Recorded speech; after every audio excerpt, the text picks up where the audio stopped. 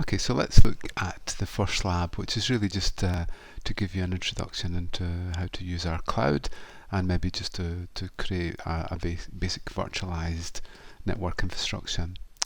Okay, so we won't apply security at all in this lab, we'll just get things set up.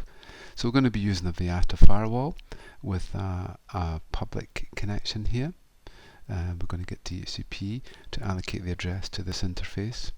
And then we're going to have a private interface here, private network, with a Ubuntu host on it, and then a Windows host on the DMZ. Okay, so we use Vyatta. It's an inexpensive firewall, does routing and DHCP and NAT and so on. It's really just to give us an opportunity to really investigate our cloud interface. So what I'll do is I'll select, so you will be given a group assignment for the lab, and I'm just going to pick group 1 here. So my addresses are, this is 172.16.1.7, and then this one will be 172.16.1.254. Okay, so this is the 1 network, and then this will be the 2 network here. Okay, so this is the network address for this network, and then this is the network address for this network. Okay, so the key thing is that the default gateway needs to be on the same network as the host to be able to contact it. So we're going to set up this machine here to use this as a gateway, and this machine here to use this as a gateway, and then the router in between will be able to route between the networks. Okay, so that's what we need to do. So we'll go ahead and we'll get set up now. Okay, so I've got details of how you can download the vSphere client, but we'll just get logged in here just now. So I'm running this from home, so it might be a little bit slow, but it should be fine. So we'll just log in just now. So what I'll do is I'll log in as you would. So you'll get unique login IDs for just now. You can use one of our defaults. So we'll just get connected to that. Okay, so really what we need to do is to set up, we'll have 2 hosts and also our firewall. We're using Vyatta, a fairly simple Linux-based firewall, and it can be spun up in the cloud. So a very useful little device there. Okay, so here we are. So you'll find so the best way to find your group is to go to Home, VMs and Templates, open up our data center, into production, and then there we are there. Okay, so I'm just going to go to a group that hasn't been powered on, so I'll take this one. So what you should also find is that it's possible for you to create a snapshot, or we've also created our own snapshot. So what I'm going to do is I'm just going to ping back just in case these have been set up. So this is how you restore your instance back to its original. So if you've completed the lab and you want to do it again, then this is a good way to get it right back to where it started. Sometimes you can go wrong with the lab. If you get into a bit of a bother with it, often it's quick to set it right back to its original state again. So if we take it back to snapshot, then that should be fine. So we should all be nice and clean with our instances now. Okay, so what I'm going to do is I'm going to spin up power on each of the instances here. Let's start the Vyatta one, and let's start our Windows one. Okay, so the Windows one's going to be on our DMZ, and the Ubuntu one's going to be on our private network, and the Vyatta is going to sit in between. So really our main task is to get these hosts online, basically, so they can access Google. So let's just open them all up.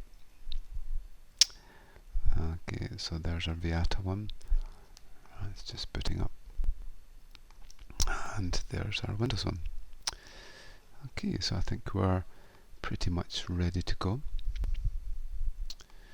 Okay, so what I'll do is leave the Vyatta just now, so we'll just look to get the host set up first. So let's actually start on the Linux Ubuntu machine. Okay, so just log into that one. And there we go, lovely picture of the castle there. Okay, a nice sunny day. And we'll just open up a terminal. Okay, so normally the first thing we do is we have a look to see what the name of the adapter is and if it's got any addresses. So it hasn't in this case. So then we'll just set up our interface. We can use sudo if you want.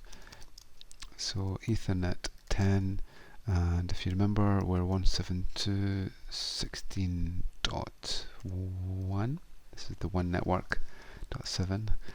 There's a net mask, and we're going for a 255, 255.0, and it's up. Okay, so that's fine. And then what we'll do is we'll set the default gateway.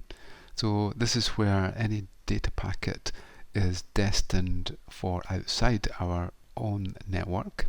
So this is our network here because we're defining the 255.255 part there. So this will define where this host will actually send its data packets to if it doesn't know how to know how to get to the destination network. Okay, so we'll just add it. And in this case, if you remember, our default gateway is going to be here. Oops. Let's do that properly. So we'll add our default gateway. Okay, sometimes our parameters are allocated through DHCP. We're just allocating them manually from that. Okay, so what we'll do is that's has got that one set up. And we'll just ping our own interface just to see that that one is alive, hopefully. The gateway won't be alive yet, of course. So everything's good there. Now we'll go to Windows. So you can either log in. It's a horrible Control-Delete. So we can go that way, or you can press Control-Alt and Escape. And on my Mac, hopefully I can press those buttons.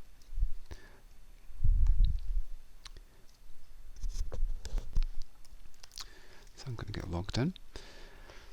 And so hopefully we should be good to go for this one. We'll just set up our network adapter. And there we go. So it's properties. There we go there. And this time we're 172.16.2.7. Okay, subnet mask isn't quite right. And our default gateway is going to be 2.254. So make sure it's on the same network.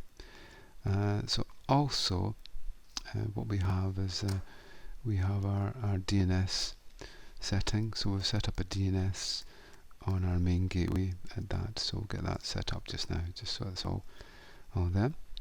And then what we'll do is that we'll get that, we'll just ping that interface while it's getting set up there. 2.7, okay, everything's fine. So 254 doesn't exist, so we don't have to bother about that one. Okay, so now let's look at our firewall. A little Vyatta. There we go. So I don't think there's any chance I can change the text on that one. So hopefully it's not too small there. So let's do Vyatta and Vyatta.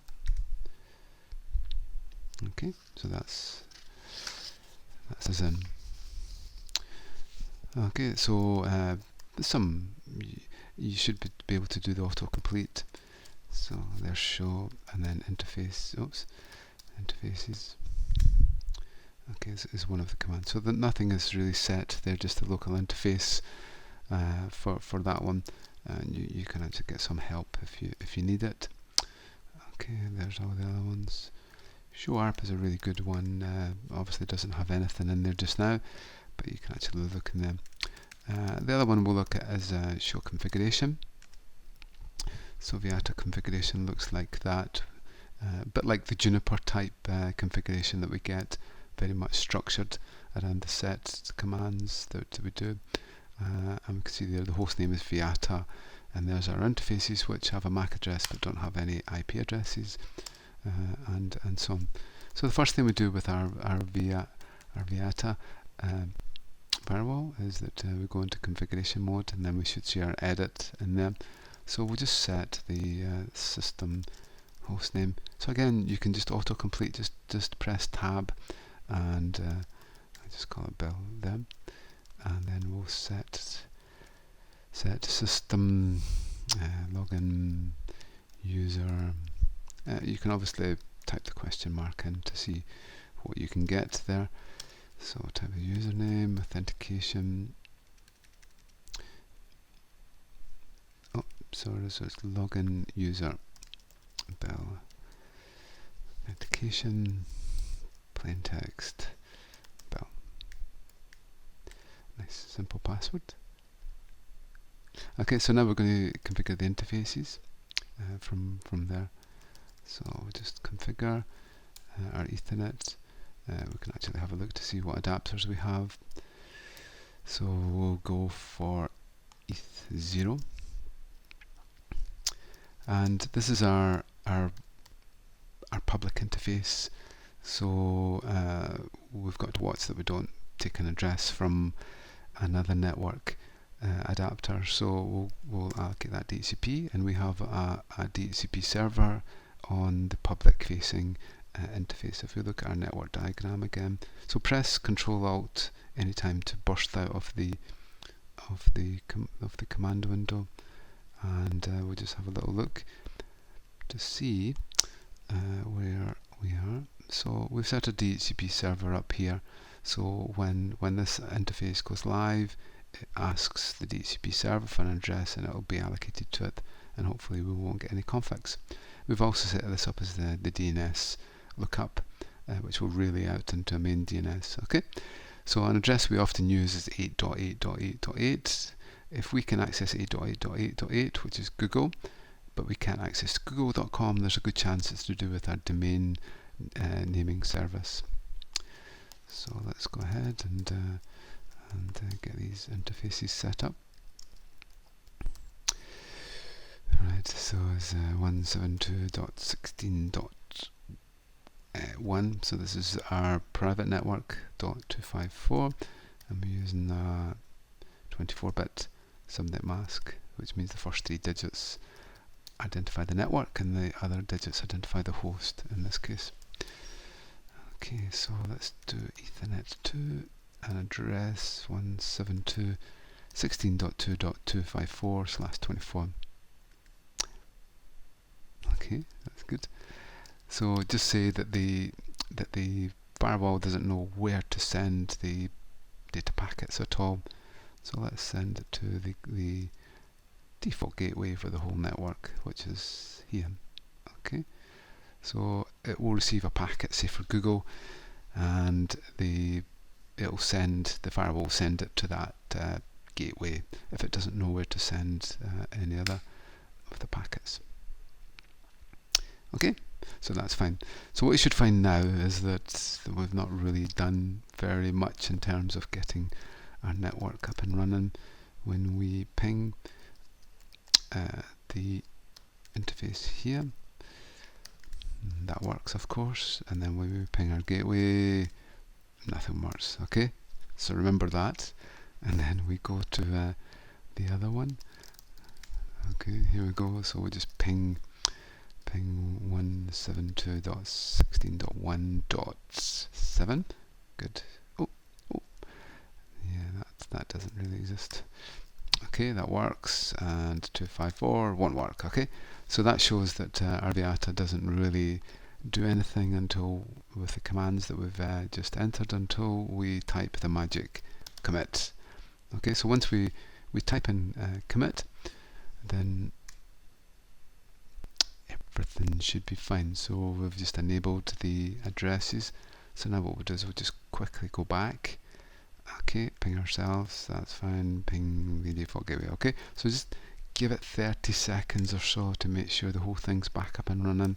So that's great, that's working, excellent, and that's working. Okay, so everything's working here, but when we have a look at that one, that's working. Okay, and can we get to the Linux machine? Fantastic. So that's great, and we've got our little network running. Isn't that beautiful to be able to ping between the two? Okay, so everything is working well now for that one. Okay, so so what we can do now is that we can obviously run Wireshark to be able to examine the network traffic. So we'll be looking at Wireshark in much more detail later on in the module. But what we'll do is we'll just run it just now. It needs to be run as sudo, and I'll just run it as a background task so that I can get my command prompt back from there. And so we just get that running, and we should be fine. Oh, what's this one? What's this one? This window can actually get stuck behind there. So if you find that you can't click on any of the buttons or any of the links, actually it's to do with this little horrible button here, which goes in the background. Okay, so that's us fine. We're capturing the packets here. And then over here, what we'll do is we'll run Wireshark. So just let me try and find the Wireshark. There we go. Okay, so try and get used to using Wireshark for your captures, because we really need to develop an in-depth knowledge of it. Right, so here we go. So let's do that. Let's capture our ping that we get. So we'll just go and ping the gateway again. There we go. So beautiful. That's lovely. We'll just stop that. Okay, so within a ping you see an ICMP request. Okay, that's a type 8. And we see an ICMP reply. That's a type 0. Okay, so you can do the same over here in Ubuntu. So here we are. We'll do the same again. There we go. Okay, same again. Hopefully we should be able to see an echo request and an echo reply. Okay, just move some of these windows around just to make it look a bit better. From there. Okay, so you should be able to see the details that we saw before when we looked at our ICMP payload. Okay, so we'll go into more detail about the different layers that we actually have with inside there, but there's the reply and so on. So the next thing we can do is we can actually delete one of the interfaces. So let's take we'll go back into configuration. We'll go back. So we're still in configuration mode. We could exit and go back in again. I'll just do that just to show you that. Okay, and there we go in there. And now what we'll do is that we'll just delete one of the commands that we've got set up. So Ethernet 1 and then address, and we've got to repeat the command. So let's delete the Ubuntu 1 and let's commit that. Okay, we'll just exit and we'll just show our interfaces just to show that. Okay, so you see ETH1 has gone completely, and we can show our configuration just to show that it's gone from the interface. Okay, so you can see there ETH1 doesn't have an IP address. There's our the rest of our configuration. So now, of course, when we go back here and we do a ping, it just won't exist. Okay, so it's gone. It doesn't really exist anymore. Okay, so the ping is actually failing. So we'll go back in and we'll just get it set it back up again. Sorry, I used the Cisco. So let's. So you can go back through your commands that you've done, and then you can just reinstate that one there. Okay, so everything is going well. So now what we'll do is we'll find out the MAC address of the firewall. So what we need to do is just make sure that the gateway address is in our ARP cache. So the ARP cache remembers the MAC address of the machine that we've contacted on our own network. So we'll just do a quick ping on it.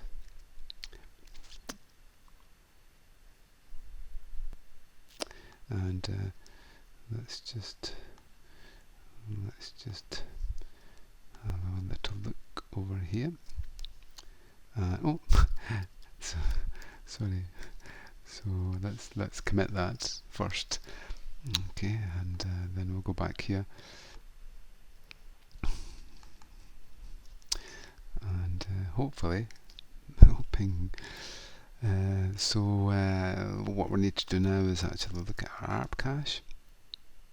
So this will show you us all the addresses that we've discovered on our own network. So it just takes a little minute to display that. What we'll do is we'll have a look at the Windows ARP cache. So again, we'll just ping our own interface. We can ping another interface actually. It needs to discover the gateway anyway, so it doesn't really matter which address we ping, it will discover it. So there we go. And so here we are. So let's remember just the last two digits. So 04 and 4A is the MAC address of the gateway there. So 254 and 254 over here. So 4A and 04 are our two addresses that we have for our gateways. So we'll just check that. So we can just exit, and let's have a little look at our interfaces. Okay, so there's the settings are fine. Okay, so there's the ARP addresses of our hosts. We can do IP config over here if we want to discover just the basic details. It's that, and then it's IP config /all will show us the MAC address.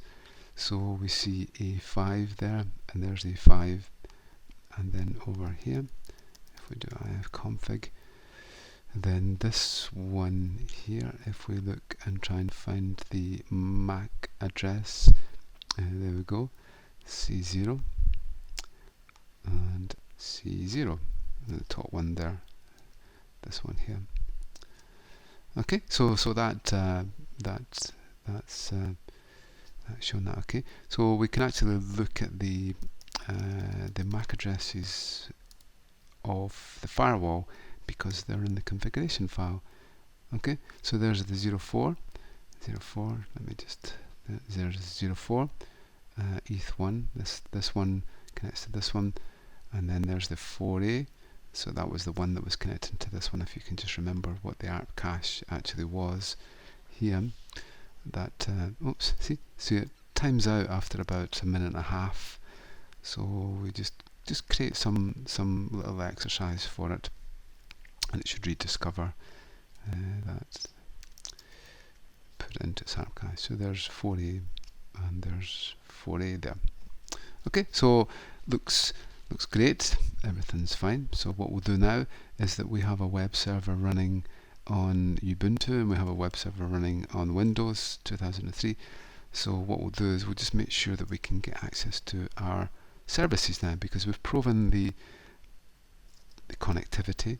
So what we need to do now is to contact the web server. Oh, just watch that. So we'll take it online. And that's great. That's the web server over here. So just let's check to see if that really is the web server running on Windows. And what we'll do is we'll either use the localhost address 127.0.0.1, oops, or localhost. So the localhost, and that's perfect. So that's working fine. So now what we'll do is we'll contact the Linux one over here, the Ubuntu one, 16.1.7, and that's great. Perfect. So we'll do the same over here. We'll just check that the local host is running that. Okay. So now we've defined that the connectivity is actually working okay. So often what we do is that we in security we look at discovering the ports that are actually open on the hosts that we're connecting to.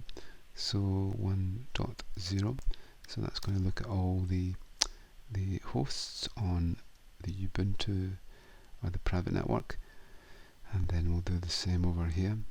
So we'll do nmap -s is and 172.168, and that's 2.0.24. Okay, so just to save time, I'm just going to cheat. So I'm going to just scan one host there, and we'll just get that started, because it can take a wee while to do the scan for nmap from there. And let's see where we are there.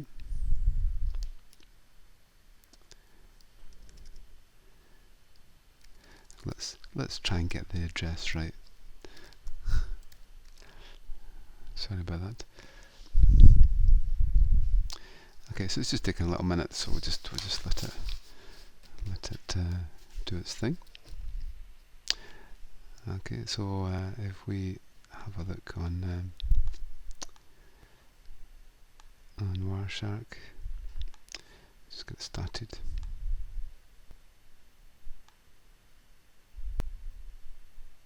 So we'll be looking at this in much more detail later.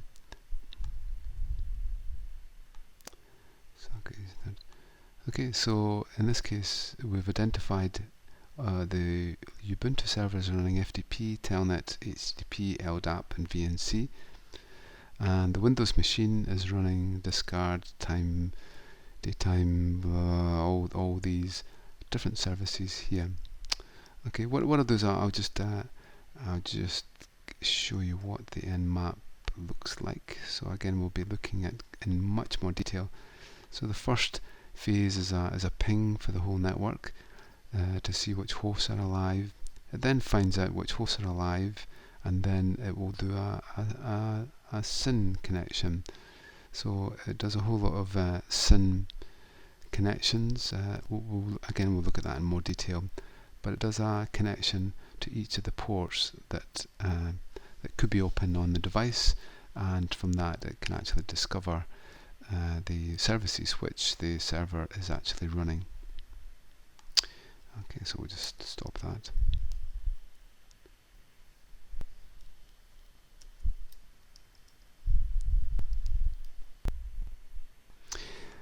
Okay, so looks like everything's okay there, but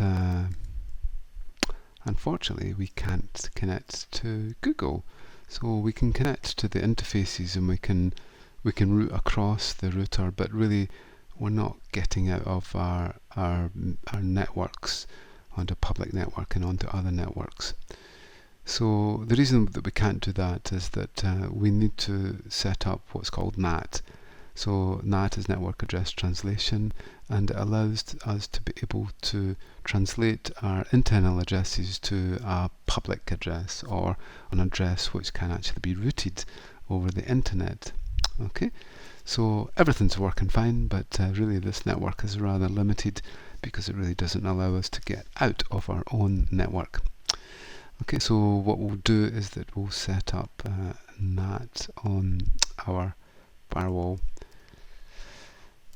Okay, so you should be well used to looking at the edit screen. So then what we first do is set up NAT. We set up a rule, our first rule, and then we're defining that the outbound interface for this first rule, when our network packets go out, they will go out through Ethernet 0, our public network. And then what we're going to do is that we're going to set up the source packet rule. So when the source address is coming from this network, okay, which is our private network, then the rule 1 will apply. So we'll take that address and then we'll send it to the outbound interface. And then for the next one, so what we're going to do is we're going to set up what's called NAT overloading. So this will translate the address so that you can see the addresses that we actually have there. We can define a range of addresses that it will be mapped to, but often what we do is we map it to a single address on the external network, and we call that IP NAT masquerading. So it's masquerade there. So that will translate from our internal network to a public address on our public interface. Okay, so we'll do the same again for our other one. This time we'll use rule 2. So I'm just going to recall a previous command, and I'm going to try and edit it just to make it quicker. And then this is our other ones for our source address is 2. This is rule 2.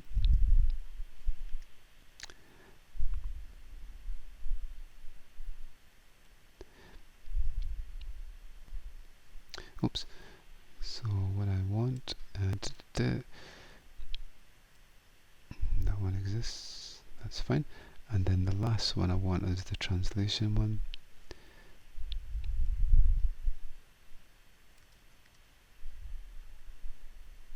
There we go. So let's commit.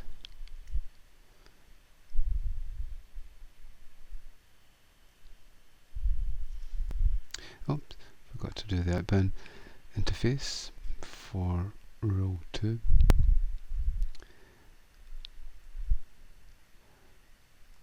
Yep. Just that one.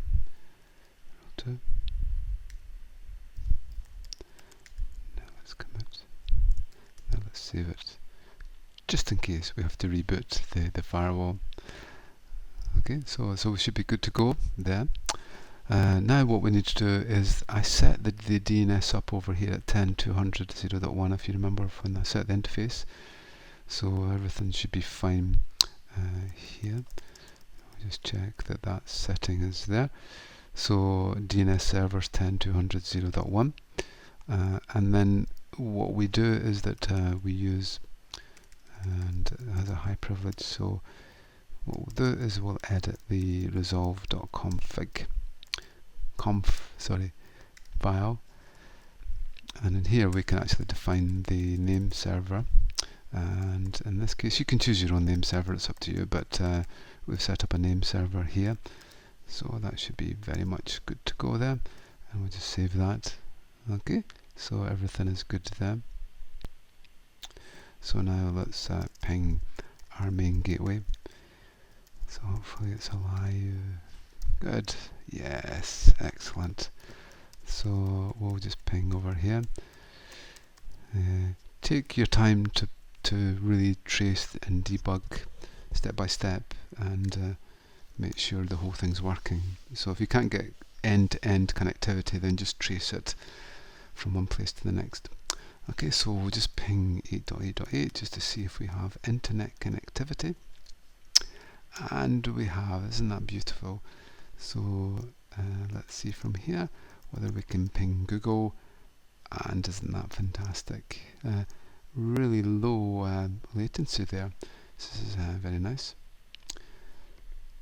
So now let's take the scary step to see if we can access Google. So let's go over here. Google.com. Excellent. So that's working perfectly. Just have a little problem here. So you see what happens is that the network takes about 30 seconds to settle down, for it to rediscover all the interfaces and so on. So if it doesn't quite work, then just make sure that you ping, and the normal drill is that you ping yourself, you ping the gateway, you then ping the next node up and things like that. Examining the ARP cache will allow you to be able to see which nodes you're connected, just in case there's another node on the network which has the same IP address as you're trying to access. Okay, so everything is going really well up to now. We're good. I won't reboot the firewall just now, but it should be fine now because I saved the config in there. So what I'll do is I now want to set some services up. So there's a whole lot of services, and this is what's really nice about Vyatta. It can set up so many little services that can be used on the network. DHCP is a really smart little service that it runs, but we'll run telnet. We'll get telnet set up on the firewall, and remember to commit in there. So now what we'll do is we'll try and telnet into our Vyatta firewall. So we want to telnet into 172.16.1.254. Perfect.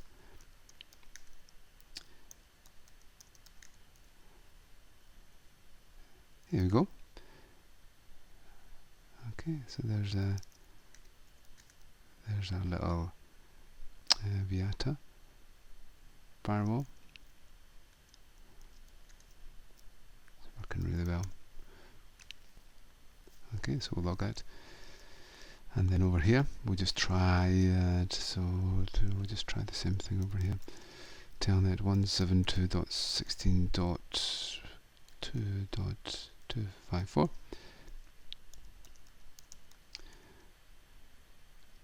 I've typed that in wrong. Okay, just gives me a little. Okay, so that's fine. Okay, so that's successful. And then if we want now, what we can do is we can run Wireshark. So where will we run? We'll run it over here. And the problem with telnet is that telnet unfortunately allows someone who's sniffing the network packets to see the contents of them. So we'll just run Wireshark, get it started, and then we'll do the same again. Vyatta.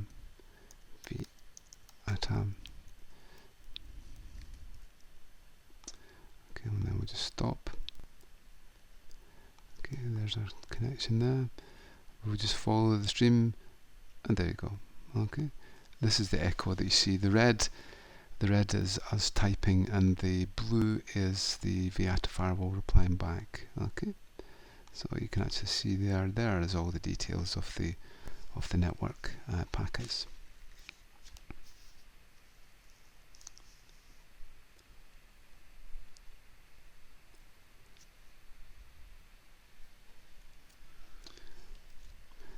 So we'll just have a go at the SSH.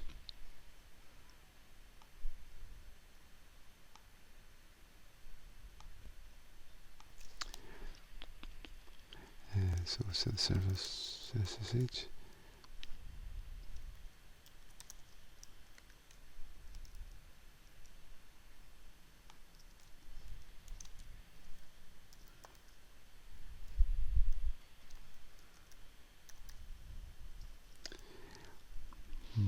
So so again, we can start up Wireshark. The one thing we'll find now when we do this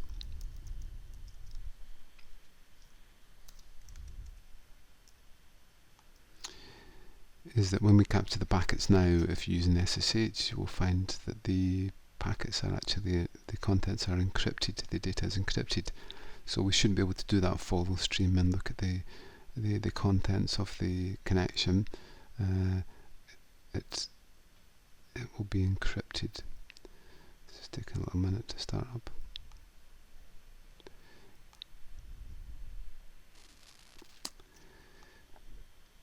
Let's just check the service.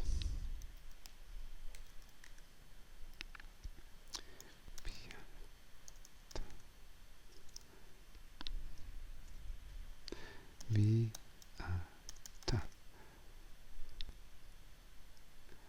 So I'm typing it. Sorry, I've got the wrong username there. Sorry about that. So let's quit there. So it's taking a default of Napier there. So let's try the username.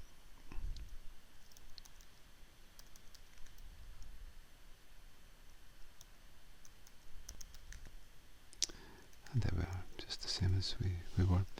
So a key thing here is when you look at the Wireshark trace, you'll actually find that it's not possible to actually to see the contents of it.